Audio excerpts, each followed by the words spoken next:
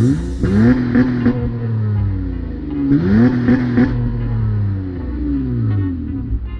up, guys? Doing a little 2-month ownership update on the car. No issues with it, except for one small issue. I'm gonna get to it in the end of the video. Got the car running. The AC is cranking. It's about 85 degrees out, but inside the car will be pretty cold because the AC is so good.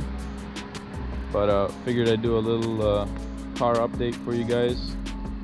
The car has been mine for about 2 months now, and I've got about 23,000 miles on it, which is pretty much nothing for a Honda. It's a 2017 Honda Accord Coupe. It's been a pretty reliable car. I love the look of it. One main thing right off the bat that I love about this car is these LED headlight running lights. They look amazing, especially if it's a little dark out. But when you're coming down the road, you can definitely see them. They look sick. I've seen some other cars like on the highway and stuff, and they look amazing, like Accord Coupes like this going down the highway. They look great. One of my favorite features with this car is that it has smart key access. So pretty much you just put your hand there and it unlocks, and when you want to lock it, you don't actually have to touch the key. As long as it's in your pocket or nearby, you just touch that and the car locks. And then you got the same exact thing on the trunk here. You got a button. If the key is with you, you just press that and the trunk pops up. My last car was a 2012 Honda Accord Coupe, and this thing is a major upgrade. It has so many tech features on it that like it kind of shouldn't even be called a Honda. It's so big of a difference. But this car has 18-inch wheels. It has leather. My old car didn't have leather, but here's what it's like in the interior. The one reason why I love Accord Coupes over Accord sedans are because the doors are huge. They're like four foot long, and I'm a big guy. I'm 6'3". I think my 2012 actually had slightly bigger doors, but this is definitely big enough. There's a huge power difference between my old Honda and this one. This one has about 278 horsepower. It feels more like 300. And my old one had 190, and that felt like less than 190 if I'm honest. But this car easily will spin the tires. It's an automatic, but don't let that make you think this is slow. This is by no means a slow car. Just got in the car, ready to pull out of my driveway, and here we got Pandora already on my phone. I don't have the music on because of copyright reasons, but we got 50 bumping. If I just turn up the volume right here, it'll be 50 Cent up in here. But I literally didn't press any buttons. Just got in the car and pressed the start button, turned the car on, and there's 50 Cent on the on my Pandora playing automatically. Another thing I absolutely love about this car, it's a tight space here. Let me see if I can make it through there. Hopefully I don't scratch anything. Jeez, I hate it when people come this close. But I'm gonna do a right turn signal, and I'm getting a camera view from that mirror right there.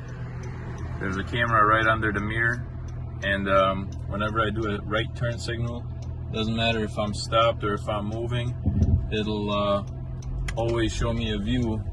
See, I got the car moving right now, and it's doing a camera here. I'm just going forward, and when I do a right turn signal, it still shows me the camera view right there.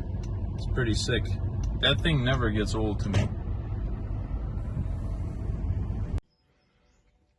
While trying to record myself and make a video on this Honda, a spider, I guess, came into my car, and spiders freak me out, so I actually killed it with my GoPro. That's pretty cool. And disgusting, might I add.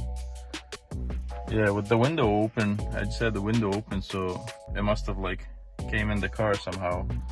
I don't really use remote start nowadays in the summertime, but when it's winter and there's snow on the ground, I'm definitely gonna be using this, having the car warm up. But if you're living somewhere where it's really hot, it's useful to have this as well, because you can leave the AC on and it'll cool down your car like before you even get to it. Back about 8 years ago or so, when I was in college, I had a nice Camry. It was a V6 with leather, and it had a remote starter, but that was when I was a student and didn't have much money. But after owning that car, I got a Honda Accord Coupe, and that car was completely standard. It was a 2012, and it had like no features at all, so like I kind of downgraded a lot, and now I got a car that's leather and V6, and it's got remote start as well. Yep, this is the V6. My last Honda was a 4-cylinder. The car is running. You can't even notice that it's running almost. When I fill up my cars, all cars that I've had, I always zero the trip odometer, so I know how many miles I've gone with the tank. And I usually fill up all the way, so that when I reset it inside, I can keep track how many miles I'm getting with the tank. But with these new Hondas, they actually have an automatic system. When you go to fill up and you put the thing in there, it automatically resets to 0 miles on the trip odometer, so you don't actually have to press the button, which is pretty awesome. Every single time I fill up, it automatically resets to 0 miles, so I can keep track how much gas mileage I'm getting. Here's a look on the inside. This is the 2017 Honda Accord Coupe. Interesting fact about the Honda Accord Coupe, the 2017 is actually the last year that Honda made the coupe.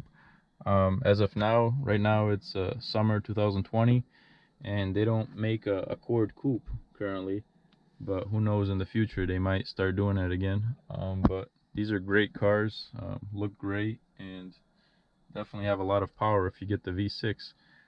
I have the automatic one, but it has the paddle shifters, and I rarely ever use these, because if you just put your foot down, the car just rockets ahead. But sometimes I use the paddle shifters.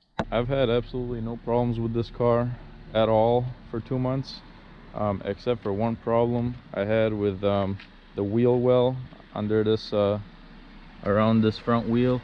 I don't know if you can see from here, but the tire was rubbing the wheel well one day. I guess one of these plastic tabs like this, I don't know if you can see those, they're like plastic retainer clips.